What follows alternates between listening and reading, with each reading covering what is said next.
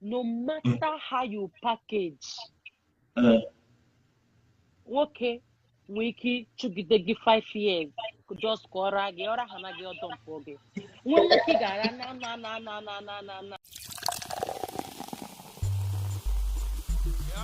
To be a Parlour discussion, and I know what they're worldwide. Yeah, my nice. I'm here. How you doing? My dear, I want to fool everywhere. Not fool. We see you. I tell you, don't keep being in ever. I see. I'm not for enough for Hanchak man and a month time. Yeah, that good. What I get the man, I brought phone to give me what I get. What are you not talking about? Yeah? Keep out right. I like the 5G at the force. 5G card. So, can you see me now? Yeah, very well. I'm not feeling Hello, house. It's a good thing to see you every Friday. At least in the keep never. I went down a lot, not a lot, you know. At least well, we are not talking about one or two, you know. Yeah.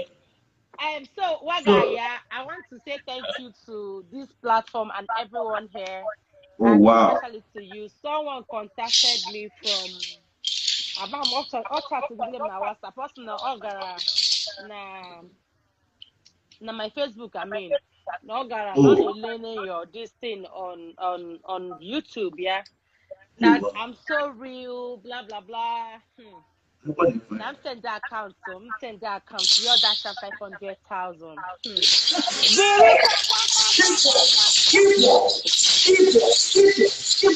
Yeah. This is what I like. I am mad, so I was happy. So the guy is not like the fact that I call a spade. I never there. A form. Once he came na form of corona. This is me. This is my life. Like okay, Obango rumors about and I form we here. Even if I want to education, I form up and down. They can't really drop for. So yeah, more. That's 500,000 one.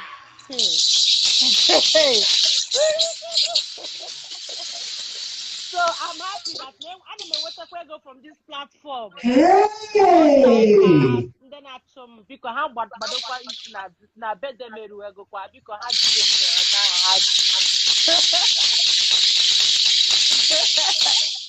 This is the best thing I have had since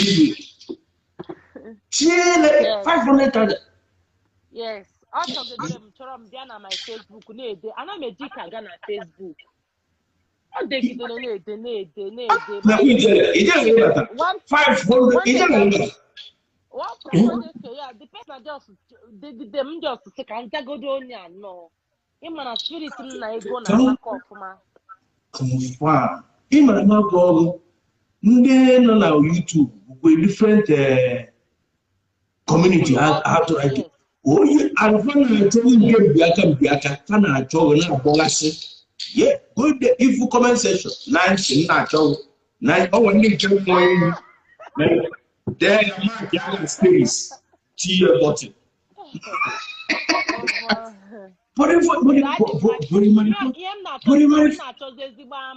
From this platform.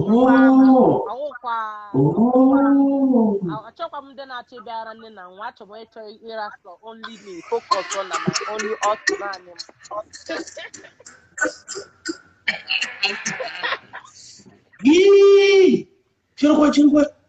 Chekwa.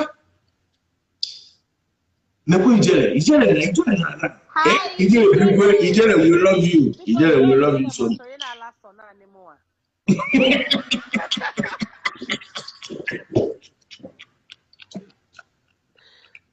Okay. Can we tell you? Remember my joy.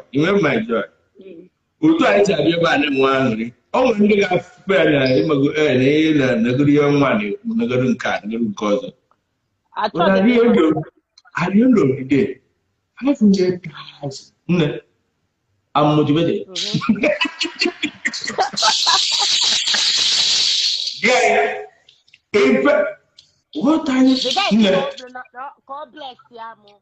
Not like Wow. real. Wow. Nada. Man, I love you. Like, you people, yeah, you people are. It's because I want just to get my attention. On with the attention of my heart. Can you understand? Ihe megidere oke mpi for 500,000 na yeah, but something is something. I don't hear them go so bad again. I was one of No, the tell me. move where to another account before I know. Move where to another account because this is random. But to tell it go to show that at least now ego the person you na card. It is sure you go back again first of all. You get request. Oh yeah.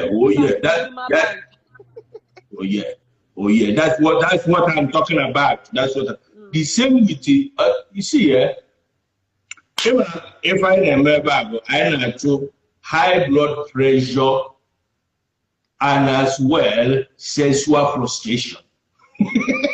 That's just the thing. Like my caption this evening post to picture ask him problem not they finish. Try to be having sex. Problem not they finish. Hey. Okay. Now my chowa amodin my guy go the be bepo the aqua in a bed the aqua na ga one side. Aqua no on in a bepo rio when gina did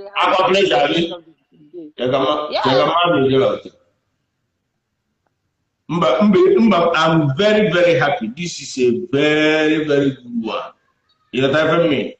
Yeah. So you guys are loved. So abroad for time. You know, whatever it is, we stand by you and we love you so much. You know, because more I'm not saying with anybody because you watch it. You watch it. Any dream more. What are you not talking about? No, okay. I'm gonna tell you that go to that YouTube Negranya once one or two times. Hannah told how do you say Nancy? They are looking for you. I don't want to get back time for the first time. They are here from YouTube. They are watching you guys. Yeah. So you don't know also this girl. Not that I care on a Ration. If you will, I know good again. I see not having okay, never fall to too much. Never. That's what young guys see. No, I called you and I'm a go. No, that's not daughter. No, that's oh my god. I would have been going to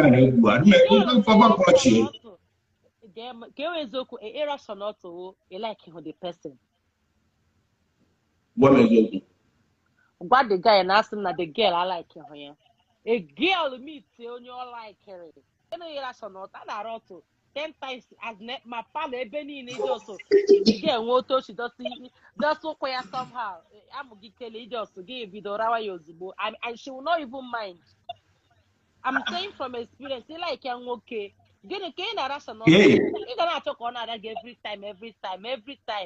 The girl in question, what the guy now or like it here. But the girl will point to only make, you know. Which girl is not making any point.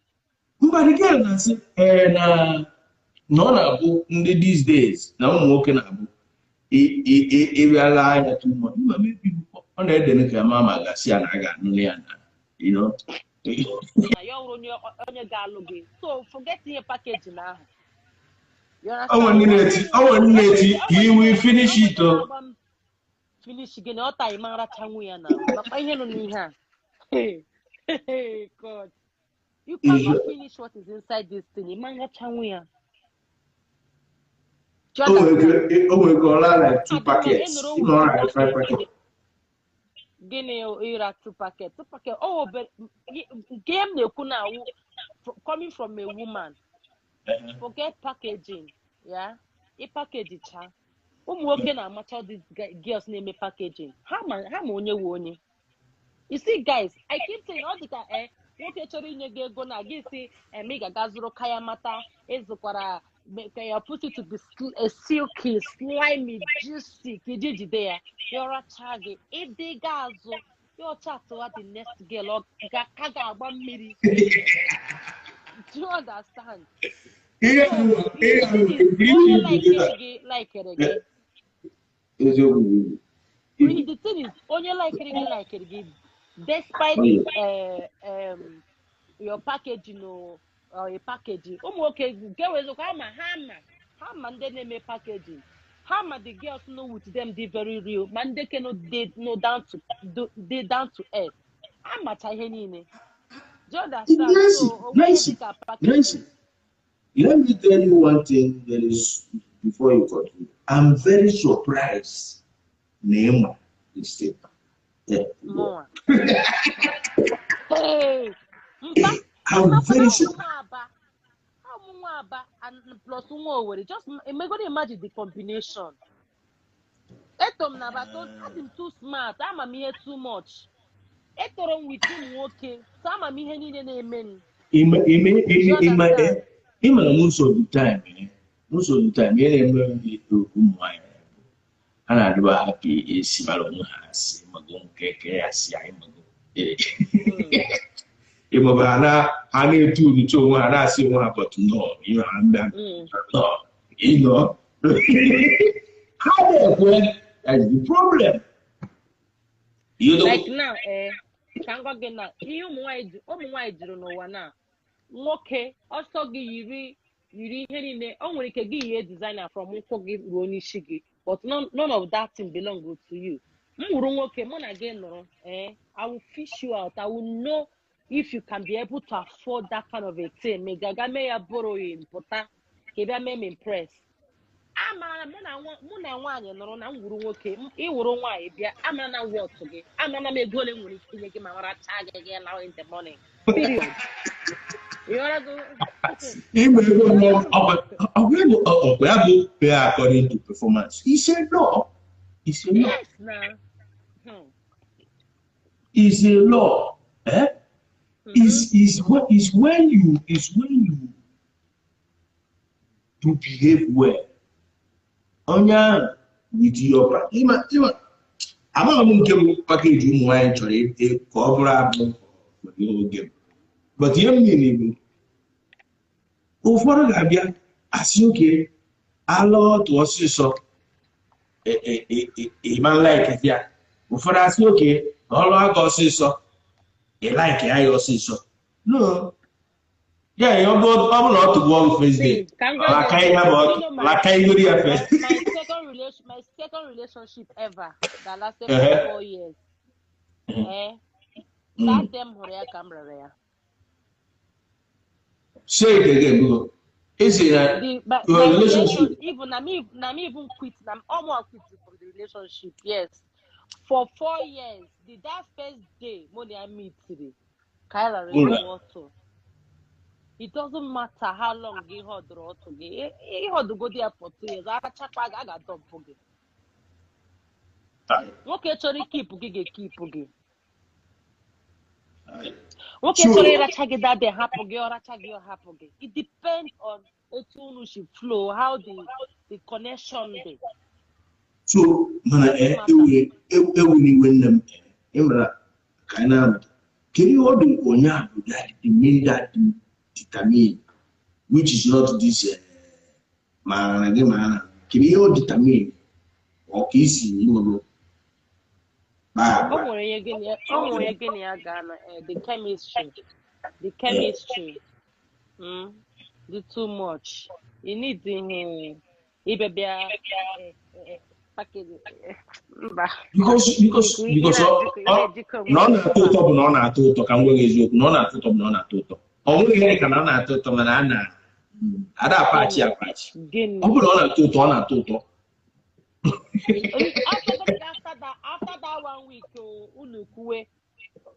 Let's just do. I will only objection in the house. I see a lot of agreements there. I see a lot of agreements and conversations.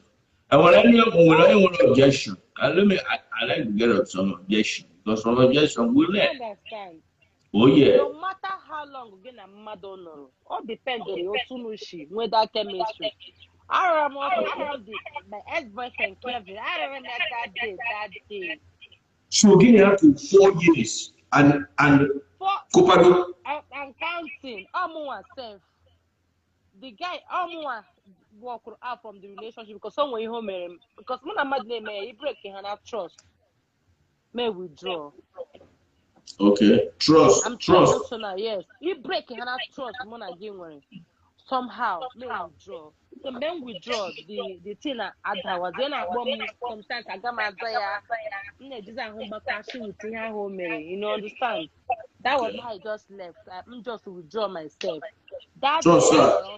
I Raya hit and abam na yanya na fomofo. I saw name.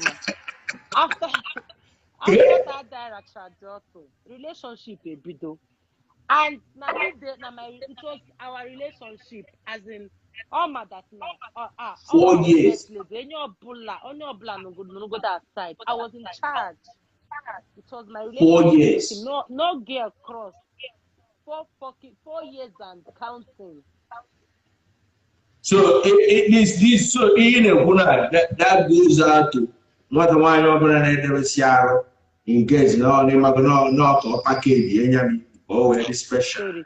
So when you do special. Ihu be nwoke dosara nwanyị ha niile anụrụ ha ba I've got objection. They cannot more objection. I want to your objection. after a long time. Come with a constructive objection. If I want to call you to here. Sorry, go ahead. So ọ na-adị ka nwoke na nwaanyị lụwara nwoke ọbụla chọrọ ịhapụ gị ga-ahapụ gị ihube nwoke na nwaanyị yi for 6 years ma na o nwere onye ọzọ nwetara under 2-3 years ọ lụọla the person they ga-abandon. It doesn't matter how long. Ọkụkọ nwere aka mmadụ ọkụkọ biko onye awapụta kedu ije donye iwu dahe kedu ije Wagaji onye isi nkụka m. Bikwa ka ije Ba ji bi a ife m ji ma anụmanụ bụ ife m ji bụ Sprite ka m dara. But come easy there. Now watch you. Okay. So isn't it one objection? Objection, my lord. Can we talk about photographer? Afamo Mama is prosper. All right. From where? From Imo State, Uruala, Ijato. Confirm. So get objection. But I'm Senegal. I'm Senegal now. Okay, Dakar. In our room, Dakar, Dakar, Senegal. Dakar, No, Dakar, currently now, Dakar, Habuchoria. Dakar now, Warrior. The country shiriki. The country. If again, my him now, the country. No, homage. Oh, I can't have you. No, Nigeria will do to need ever. which kind of can be?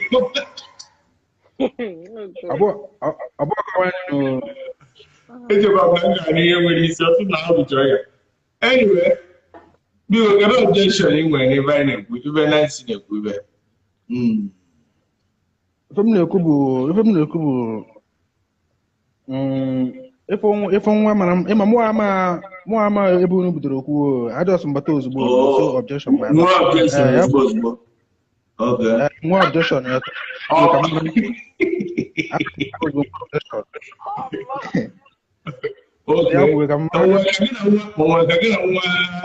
Dakar is not called today. You don't want to call me anything today. Because after you go to work, you just finish here with one. But all the poets today come on imagine how I go. Okay. That's why I'm the disease or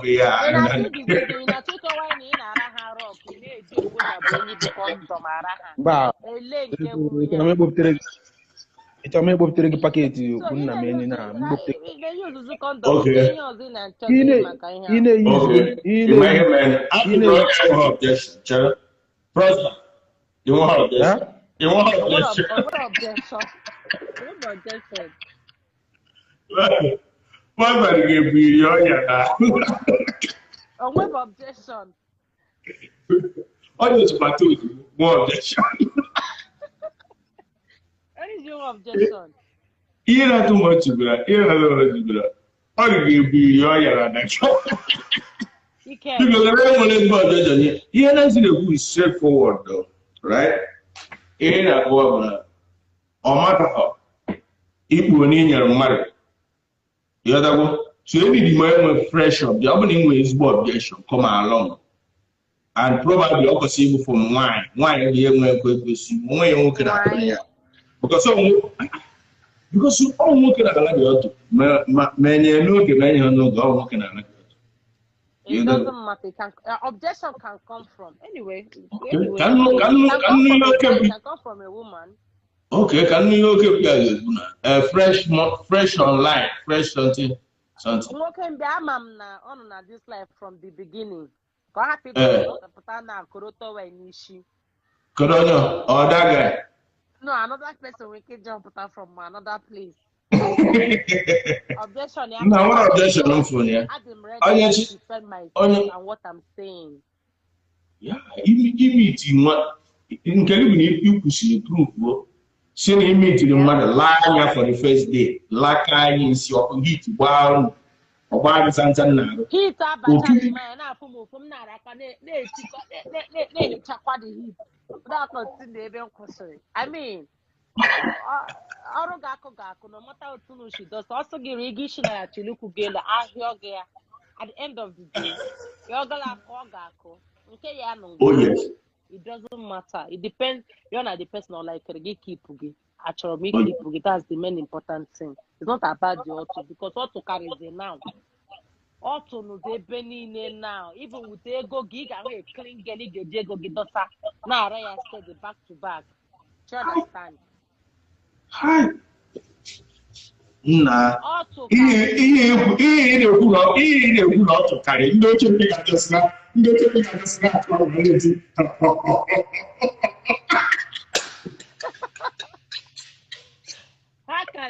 So, sex cannot keep a man. Sex cannot keep a man. Then what? Sex cannot keep a man.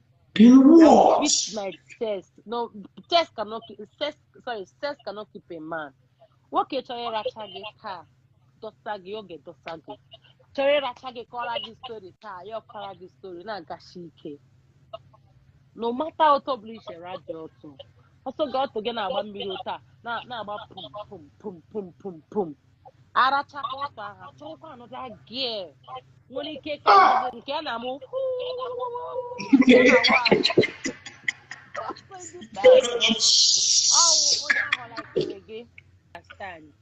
Oh, I don't realize it's true. They keep a man in a relationship. Is he gonna? Somebody says it's not true because not turn. It gives something. Let her come and defend it now. Could I have an objection? I never. Or rob bomb come Markham.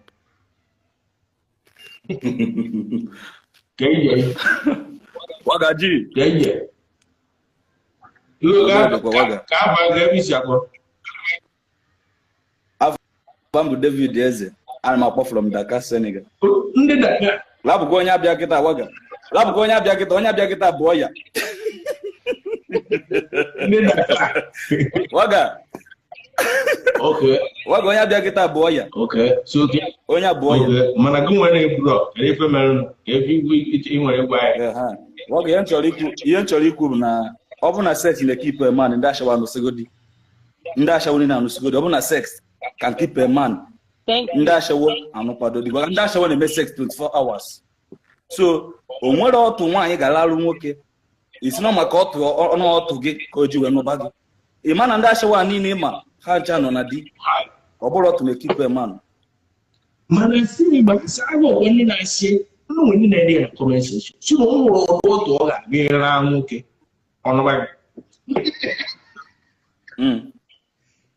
waga omondo kanda show omondo kanda show lot wife ashow bo ro aka obu ashow ye wota ashow threesome ashow ye nye threesome you have a point my brother ashow ye quote foursome you have a point ashow ya last go to front and back man still yet go last out aya no ashow to show that no blow to ka e biaro so why na say na do shot nya na nwoke lie too much na no see all the total wrong ihe mekuru bu pure anya nwoke onwe ha na-achọ na nwaanyị nwoke ọmụna na onwe ihe onidi na nwaanyị nweta manarị ọ bụla otu peace ihe nweta with the one day peace ihe nweta with 24 hours self if you ịchọ nwoke ọbụla chọrọ nwaanyị ga-enye ya peace peace of mind waga peace of mind waga waga peace of mind nwoke chọọ ebe nwaanyị ọ bụrụ ọ tụghị ịrakara onye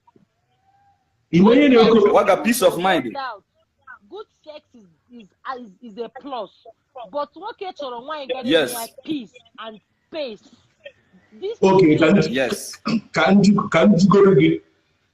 Guma bo kelafa Dakar David yes. Okay. David yes. Okay, can you organize now, David? Yes. Can you trade peace for good sex? Come again, I know me. Can I do what? Any peace. Yes. Someone na raise bottle of man. Yes. Mwa ga peace. Yes, waga. Na mwa na raise bottle. Waga. Yes. Yeah. Yes. It doesn't make anu. Enye doesn't make anu. Yes, because as okay bimbo, me want to say outside mo kokom. Man mo want when mu normal. Thank you. As okay bimbo kita unyam yanyam peace no no. Njebe Toscana je gbara oringo gbaju afọ mu peace ade na bem waga for no me peace.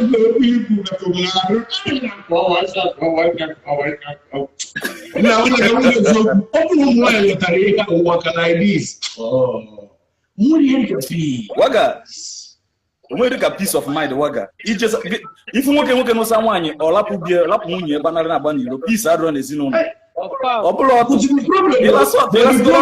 enye gbara peace a yet ma je Toscana je money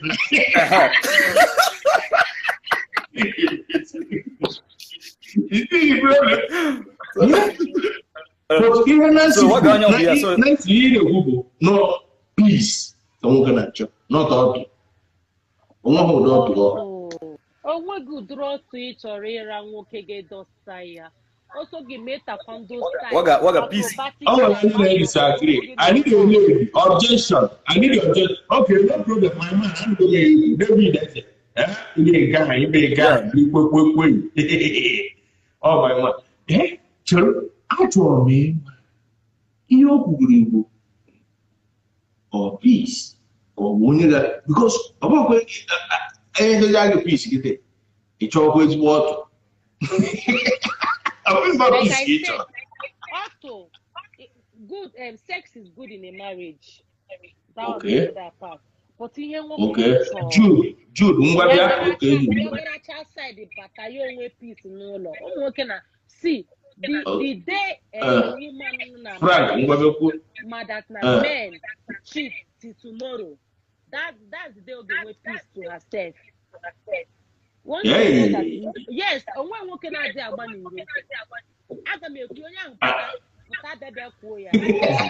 but sex is not marriage. You're working at peace and space. Go on. The last thing. Hey, okay. Outside. Oh, peace, my brother. How would they launch break time? I had that day relaunch. I had the garage short time. See the long working. Oh, we want to come address here. You mean to last time? Go be a room working at the room. No signing. Just Kafana to street club near area. Oh my, she born. Okay, go to see outside. Just go near area and you just go off.